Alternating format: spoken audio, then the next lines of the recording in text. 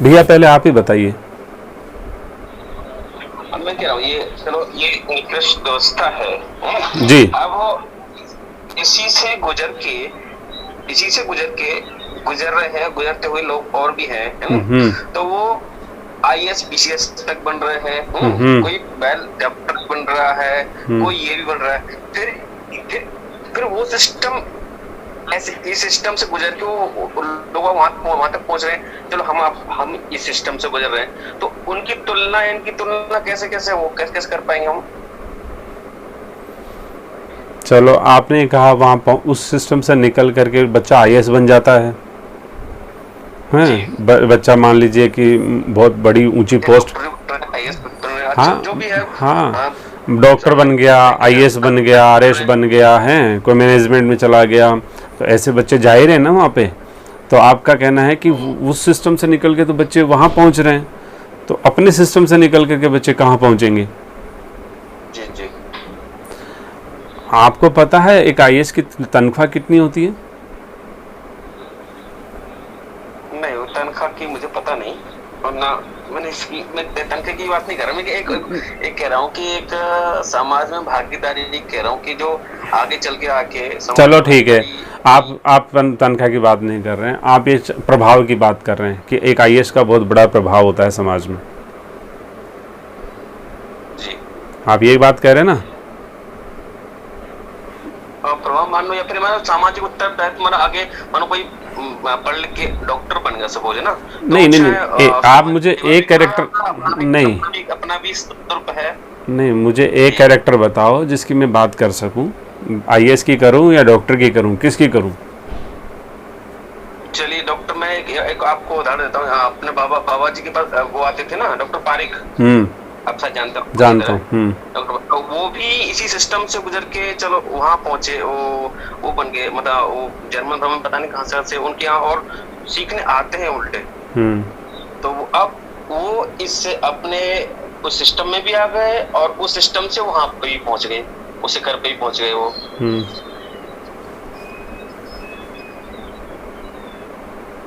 नहीं तो मैं उनका आर्थिक स्टैंडर्ड देखूं या प्रभावी स्टैंडर्ड देखूं? कौन से स्टैंडर्ड का आप? वो दोनों ही सिस्टम में देखो। आर्थिक तो उनका तो बहुत बड़ा है, और प्रभाव भी वो गोवर्धन आते थे तो छात्रों का निःशुल्क इलाज सब कुछ करते थे, सब कुछ करते ही अभी भी आते हैं वो, तो करते हैं। तो वो उस स्तर पर पहुंच के अपना सामाजिक उत्तरदायित्व भी निभा रहे हैं, और वो मतलब वो अपने सामाजिक प्रभाव भी है, आर्थिक दृष्टि से भी सब ठीक है उनका मामला। और वो सिस्टम किससे गुजरे मुझे ये नहीं पता, लेकिन वो गुजरे। अब ये पहले पता नहीं था या नहीं है, जो भी है, लेकिन वो इसी सिस्टम से होके गुजरे, ये पता है। ये क्योंकि ये एलोपैथिक होम्योपैथिक हमारे यहाँ शायद नहीं है ये। भाई कोई और इस बारे में ये जान पाया है कि भैया क्या पूछ रहे हैं? कोई बता पाएंगे क्या कह रहे हैं भैया, या क्या जानना चाहते हैं?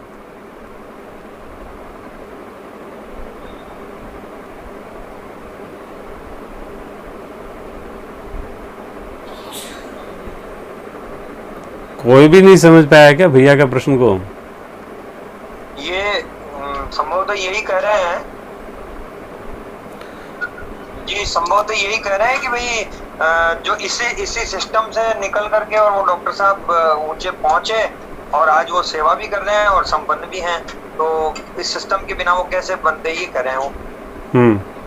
ठीक है। तो आपने एक ही डॉक्टर साहब का दृष्टांत क्यों किया? बहुत सारे डॉक्टर हैं जो इस सिस्टम से निकले हैं, लेकिन अब आप ये भी देखो कि सनातन के सिस्टम से कितने लोग निकले हैं। कोई है लोग आपके पास मिले, कोई है इस तरह का कैरेक्टर? अच्छा चलो ठीक है, दूसरा कैरेक्टर मत देखो आप, है ना। दूसरा कैरेक्टर तो आप देखोगे भी नहीं और कहाँ देखने जाओगे, छोड़ो। आप ये बताओ कि वो डॉक्टर साहब आते कहाँ थे? अपने बाबा के पास आते। अच्छा, तो एक बात बताओ कि श्रेष्ठ के पास जाया जाता है या निकृष्ट के पास जाया जाता है? श्रेष्ठ के पास जाएगा इसका। भाई श्रेष्ठ के पास जाया जाता है ना। बिल्कुल। तो बाबा महाराज हमारे विशुद्ध सनातन के सिस्टम से थे, समझ रहे हैं। और डॉक्टर साहब जो हैं वो मान लीजिए आप मॉडर्न सिस्टम से थे, हालांकि डॉक्टर साहब विशुद्ध मॉडर्न सिस्टम से नहीं थे, वो डॉक्टर साहब तो बहुत प्राचीन समय के हैं और वो संस्कारित हैं वैसे भी पुराने बाल्यकाल से ही, तो उनका सिस्टम अलग है। लेकिन फिर भी कहना मतलब है कि वो आपको लगता है कि इस मॉडर्न सिस्टम की देन है, तो मान लीजिए मॉडर्न सिस्टम की देन है और आप उसको सफल कैरेक्टर मानते हैं, वो मॉडर्न सिस्टम का सफल कैरेक्टर आता कहाँ पे है? सनातन के सिस्टम के पास ही तो आ रहा है भाई। जब भी मान लीजिए कोई कार्य होता है या मान लीजिए कोई सिस्टम होता है, एक परंपरा बनी हुई है कि जो भी श्रेष्ठ होता है, श्रेष्ठ जन के पास में एक निम्न लोग जाते हैं, हैं, किसी भी तरह से मान लो आप, चाहे वो लोग व्यवहार में मान लो, चाहे कैसे भी मान लो। तो हमने ये आँखों से देखा है कि श्री बाबा महाराज के पास में पता नहीं कितने डॉक्टर आते थे, कितने चीफ इंजीनियर्स आते थे, कितने लोग आते थे। आपको पता है एक इंजीनियर जो बहुत ऊंची पोस्ट पे था और वो बाबा महाराज के पास पहले आते थे श्री लक्ष्मी नारायण मंदिर के अंदर, बहुत ऊंची पोस्ट थी वो। तो उसके बाद में वो शुरू में तो आने लगा और उसके बाद में सिर्फ और सिर्फ बहुत साल बाद में बाबा महाराज के पास उनका एक पत्र आया था और पत्र में इतनी वो स्थिति विकृत थी जिसका वर्णन यानी कि बहुत ही खतरनाक वर्णन था। तो कहने का मतलब है कि डॉक्टर साहब लगातार एक सनातन की शरण में रहे, इसलिए वो डॉक्टर जो अपने जीवन में दोनों कार्य कर पा रहे हैं। और यदि वो डॉक्टर साहब सनातन की शरण नहीं ग्रहण करते तो निसंदेह वो सिस्टम उनका पतन कर देता, जैसे कि उन इंजीनियर साहब का पतन उस सिस्टम ने कर दिया। बहुत अच्छे इंजीनियर तो उन्होंने इतनी खतरनाक पिक्चर अपनी पेश की बाबा के पास में लेटर के माध्यम से, सामने तो वो प्रस्तुति नहीं हो पाए। तो इस तरह से बाबा महाराज बहुत बार कहते थे। तो हमें समझना इतना सा है कि जिस सिस्टम को हम श्रेष्ठ मान रहे थे उस सिस्टम में हमारे बाबा महाराज नहीं थे। हमारे बाबा विशुद्ध सनातन के पोषक थे, सनातन के पालक थे, सनातन के समर्थक थे, सनातन में जीते थे, सनातन में शरीर छोड़ा है। तो उस सनातनी सिद्धांत के पर चलने वाले साधु के पास में जिनका कोई शिष्य मंडल नहीं है, जिनका कोई संपर्क नहीं है, जो समाज से दूर हैं, माताओं से दर्शन नहीं है, स्पर्श नहीं है, संभाषण नहीं है, पैसों का स्पर्श नहीं है, कोई सिस्टम नहीं है। ऐसा नहीं कि उन्होंने प्रोपोगेंडा खड़ा कर रखा था, कोई सिस्टम बना रखा था, कोई सिस्टम नहीं दूर दराज तक, लेकिन उसके बावजूद भी उनके पास ही वो आ रहे हैं। दूसरी बात कि चलो ठीक है साहब, वो तो कोई बात नहीं, प्रणाम करने आ गए और उनके साथ में आ गए, नतमस्तक हो गए। लेकिन आर्थिक स्टैंडर्ड की बात करें कि डॉक्टर साहब जितना कमाते नहीं हैं उससे ज़्यादा तो बाबा महाराज खर्चा कर रहे हैं एक महीने में। जितना डॉक्टर साहब कमाते नहीं हैं उससे ज़्यादा तो बाबा महाराज के यहाँ खर्चा होता है एक महीने में। जबकि बाबा महाराज कहीं नौकरी नहीं करते हैं, बाबा महाराज कोई शिष्य नहीं बनाते हैं, बाबा महाराज किसी से कहते नहीं हैं, बाबा महाराज कुछ भी नहीं करते हैं। आता कहाँ से स्वामी जी? हाँ, ये बात समझने की है। मैंने क्या कहा था, यदि आप विशुद्ध सनातनी हैं, यदि आपके पास में सनातन संस्कृति का बल और सामर्थ्य है तो संपत्ति तो आपके पास रहनी ही रहनी है। जहाँ श्री हरि रहेंगे वहीं माता श्री लक्ष्मी रहेगी। यही तो विज्ञान समझने की है। आज के परिवेश में पैसा कहीं से तो आ रहा होगा वो नहीं, मैं क्या कह, चलो मैं आपको भाई एक बुद्धि की दृष्टि से, समझ की दृष्टि से बात बता रहा हूँ और सिद्धांत की दृष्टि से बता रहा हूँ। भाई जहाँ पति रहेगा वहीं तो पत्नी रहेगी। पहली बात इतना जानते हैं कि नहीं जानते हम। और जिन पति पत्नी में बहुत प्रेम हो और जो अब भाई जो सती हो, अब आजकल की मॉडर्न की बात नहीं कर रहा हूँ, लेकिन जो बहुत सती हैं, जिनमें अत्यंत प्रेम है, तो वो पति पत्नी तो एक स्थान पर रहेंगे कि नहीं रहेंगे, ये समझ में आ रहा है कि नहीं? निसंदेह प्रेम तो, हाँ निसंदेह प्रेम तो है ही। भगवान में आपस में प्रेम नहीं होगा तो किस में होगा? ये तो हमको मानना ही पड़ेगा कि है ना। तो कहने का मतलब है कि भी भगवान के और उनकी श्रीमती जी में तो प्रेम तो होगा ही होगा। तो हमारा कहने का मतलब है कि जब आपके जीवन में भक्ति आती है ना, तो भक्ति आती है यानी भगवान आते हैं, तो उनकी जो अर्धांगिनी है वो भी स्वभावतः आ जाती है, आपको लाना नहीं पड़ेगा।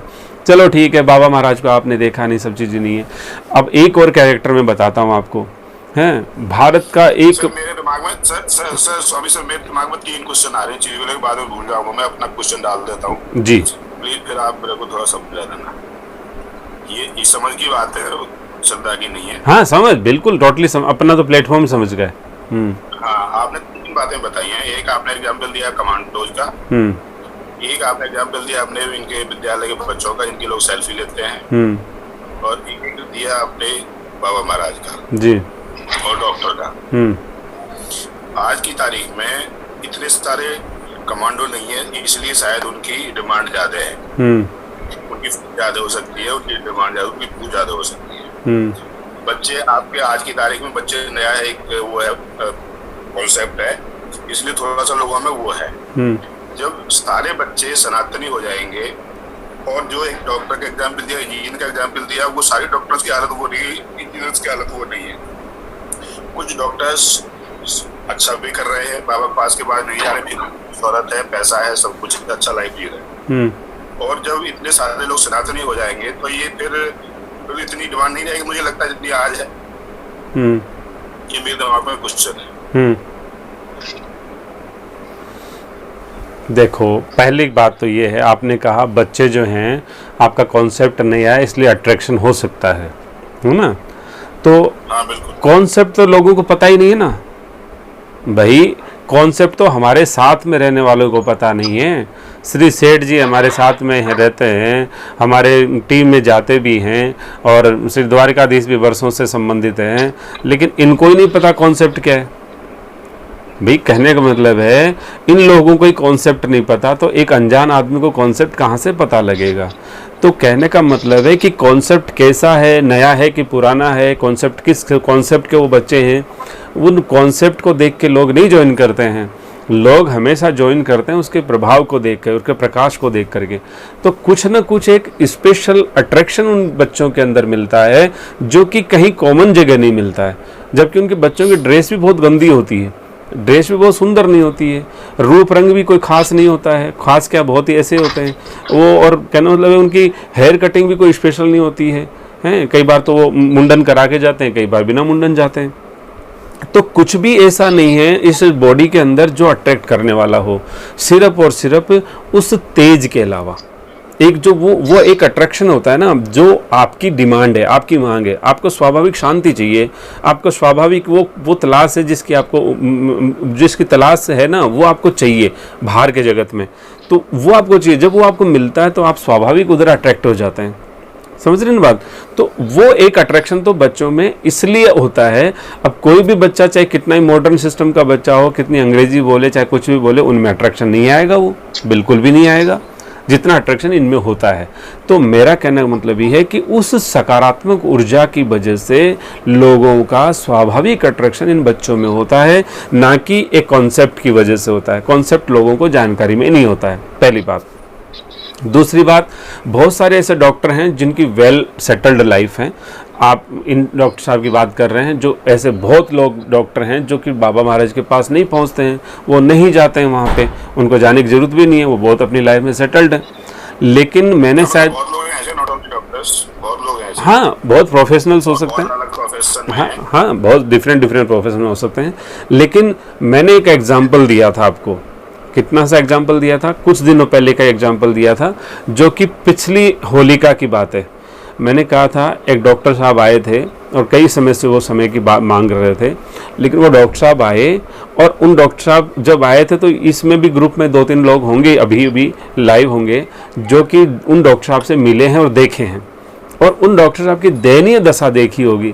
जबकि वो बहुत लग्जरियस गाड़ी में आए थे, हैं उनके पास में उनके पीए वगैरह भी थे, और कमाई की बात उन्होंने कही कि कमाई की बात इतनी सी है कि ऑफ सीजन में 25 लाख कम से कम कमाता हूँ मंथली, और कभी कभी 30 तक भी पहुँच जाती है गाड़ी। तो मान लीजिए कमाई तो 25 लाख से कम नहीं होती है, और मेरा मानना है कोई भी डॉक्टर जो है वो 25 लाख रुपए यदि मासिक कमा रहा है तो पर्याप्त इनकम है, इतनी भी कम नहीं है। तो इनकम बहुत अच्छी है, गाड़ी बहुत अच्छी है, प्रभाव समाज में बहुत अच्छा है, लेकिन परेशान कितना है?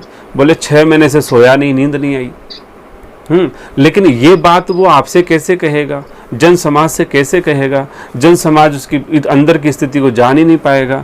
और आप तो खुद साधना के बंदे हैं, तो आपको क्या लगता है कि बाहरी जो दिखावा है या बाहरी जो उसका जो भी है उत्थान या प्रगति, वो क्या आंतरिक प्रगति को और बाहरी प्रगति का कोई सामंजस्य बैठ सकता है?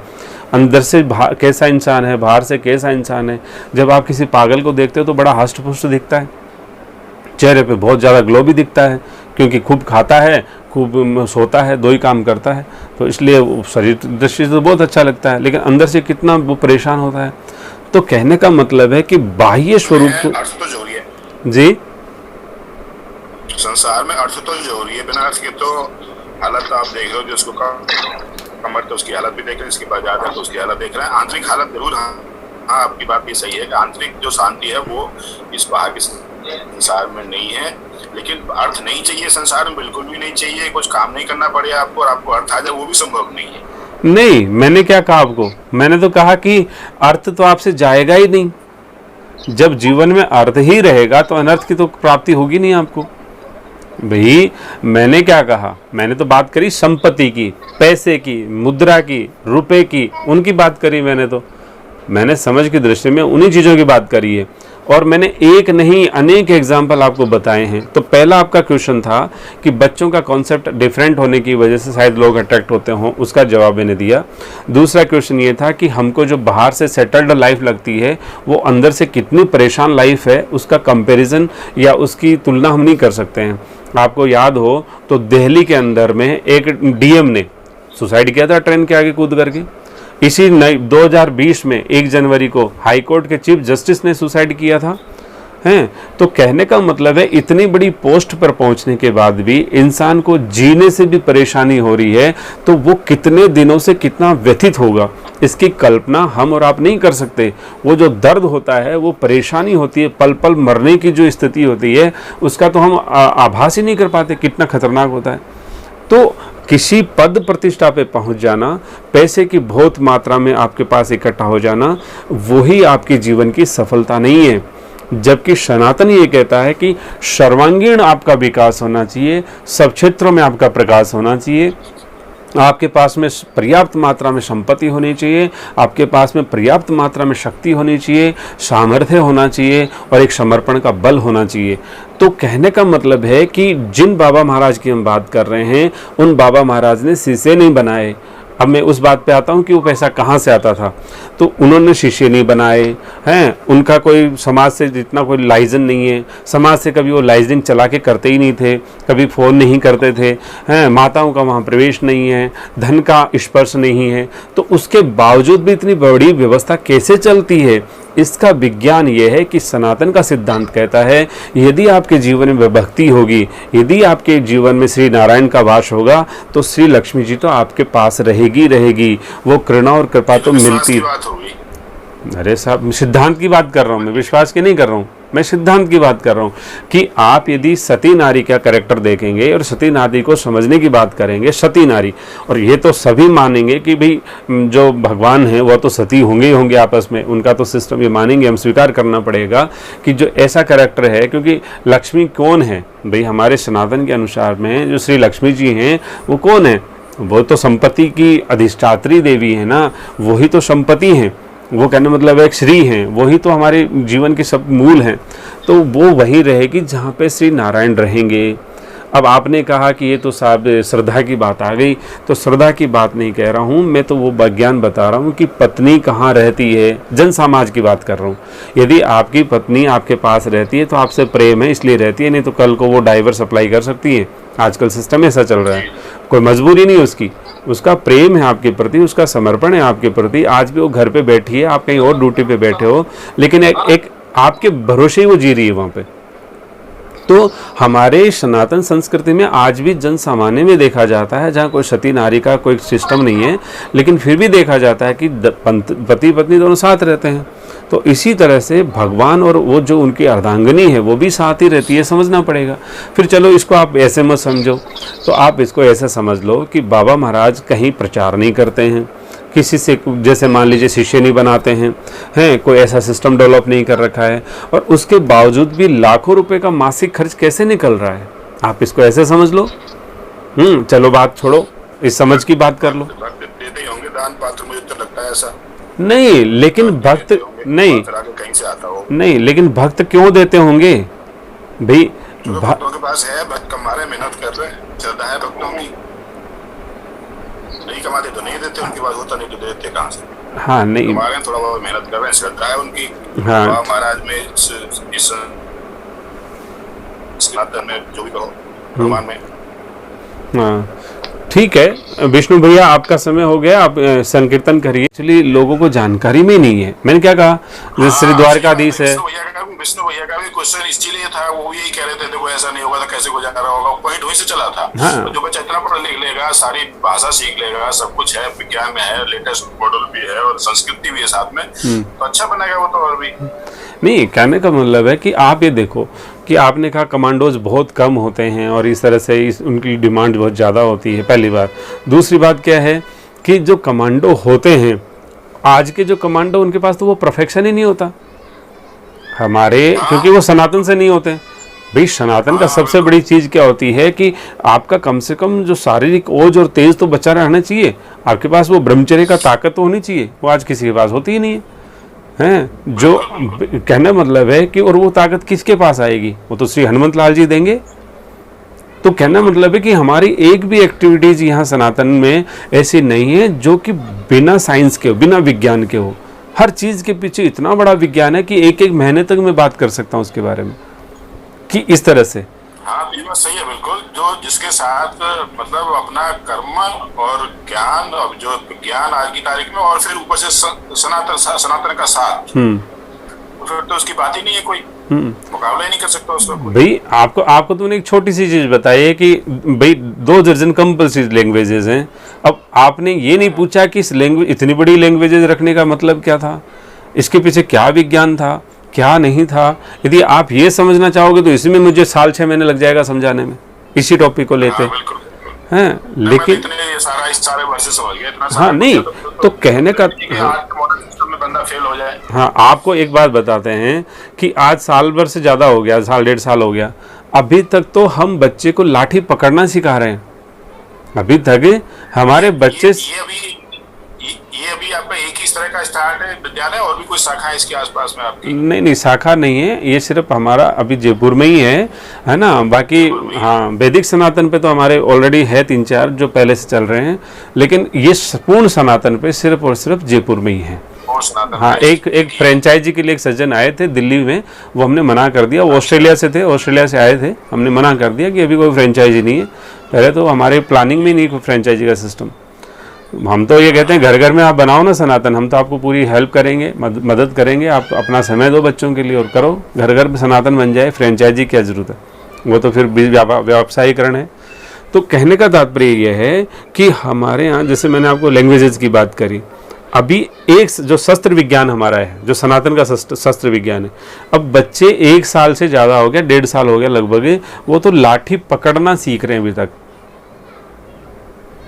क्या समझ रहे हैं आप? जिस बच्चे को 1.5 साल तक तो लाठी पकड़ना ही सिखाया जा रहा है, तो वैसे साल भर में तो लाठी पूरी कोर्स ही सीख जाते हैं, टेक्निक सारी सीख जाते हैं लाठी साल भर में। साल भर छोड़ो, 6 महीने में सीख जाते हैं लोग, जहां हम 1.5 साल तक तो लाठी पकड़ना नहीं आया बच्चों को अभी तक। तो कुछ तो अलग होगा सिस्टम। यानी कि हम सिर्फ आपको सर्टिफिकेट देने के लिए नहीं है, कोई सर्टिफिकेट और पब्लिसिटी, मार्केटिंग, कोई एडवर्टाइजिंग नहीं करना हमको तो सिर्फ आपका कैरेक्टर वैसा बनाना है। आपका कैरेक्टर आप व्यावहारिक रूप से वैसे हो, थ्योरेटिकली करके क्या करना हमको है भाई। तो अभी क्या ये रेसिडेंशियल टाइप भी है या बच्चे आते जाते हैं? मतलब दोनों फैसिलिटी है, बोर्डिंग और डे बोर्डिंग दोनों ही है। अच्छा, दोनों ही है। हाँ, तो ये हम एक्चुअली मैं यही तो कहना चाहता हूँ कि समझ से जितनी समझ हो उतनी डालो, उतना पूछो, जो कुछ पूछना हो सब पूछो। लेकिन पूछो तो सही भाई, आज समाज की समस्या की वजह क्या है, दुर्दशा क्यों हो रही है, सब जगह प्रॉब्लम क्यों है, ये सब चीज़ें नहीं समझेंगे, नहीं पूछेंगे, ना समझ में आ रही है, ना पूछ रहे हैं, और बस वैसे बैठे ही हैं, तो फिर मतलब क्या हुआ? फिर आम जनता में खास में क्या? इसलिए तो मैंने पूछी है सारी बातें, जब आपने बोला कि पूछो कठिन से कठिन क्वेश्चन। हाँ, नहीं, निसंदेह पूछना, जो मन में आया रख दिया। नहीं, बिल्कुल रखना चाहिए। और मैं तो कहता हूँ कि कई बातें हमारे मन में नहीं आती है, इसलिए यारी रिश्तेदारी में पूछो, सब लोगों से पूछो, और फिर लिख लो, भूल जाते हैं, कई बातें से पूछो, टेक्निकली बातें पूछो, कुछ भी पूछो, सब पूछो ना, लेकिन पूछ लिया, समझ लिया, और समझ कर भी फिर उसको जीवन में नहीं अपनाया, तो फिर लाभ क्या होगा? कुछ नहीं होना।